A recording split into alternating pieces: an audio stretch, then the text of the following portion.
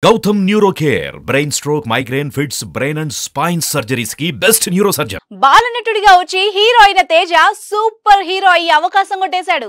Super men కథకు devotional touch ఇచ్చిన Hanuman cinema hit కొట్టింది.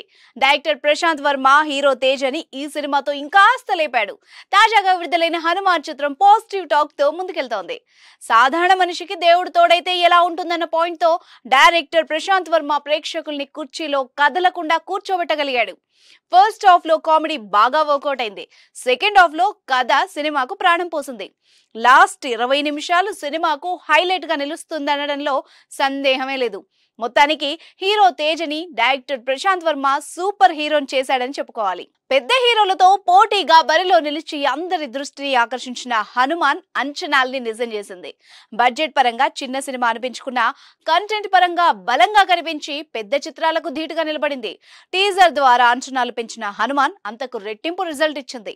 ఈ నయా సూపర్ హీరో సాహసాలు ప్రేక్షకులకు నచ్చాయో లేదో తెలియాలంటే సినిమా చూడాల్సిందే. అయితే కథ విషయానికి వస్తే ఒక సామాన్యుడికి అద్వితీయమైన శక్తులు వచ్చి సూపర్ హీరో అవ్వడం, వాటిని దక్కించుకునేందుకు విలన్ రకరకాల ప్రయత్నాలు చేయడం, ఈ క్రమంలో అతని వల్ల ప్రజల ప్రాణాలకు ముప్పు ఏర్పడడం, ఆ ముప్పు నుంచి హీరో కాపాడడం, ఇలా సూపర్ హీరో చిత్రాలన్నీ ఇంచుమించు ఇదే కోవలో వస్తుంటాయి.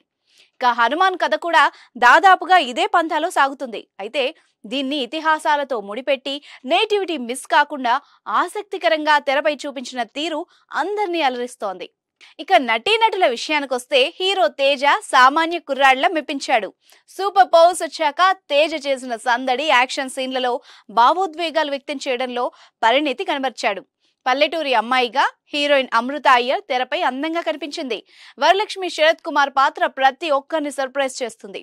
విలన్ వినయ్ రాయ్ స్టైలిష్ గా కనిపించాడు. విభీషణుడిగా సముద్రకరి సినిమాకు ప్రత్యేక ఆకర్షణగా నిలిచాడు. గెటప్ శ్రీను, వెన్నెల కిషోర్ కామెడీ వర్కౌట్ అయింది.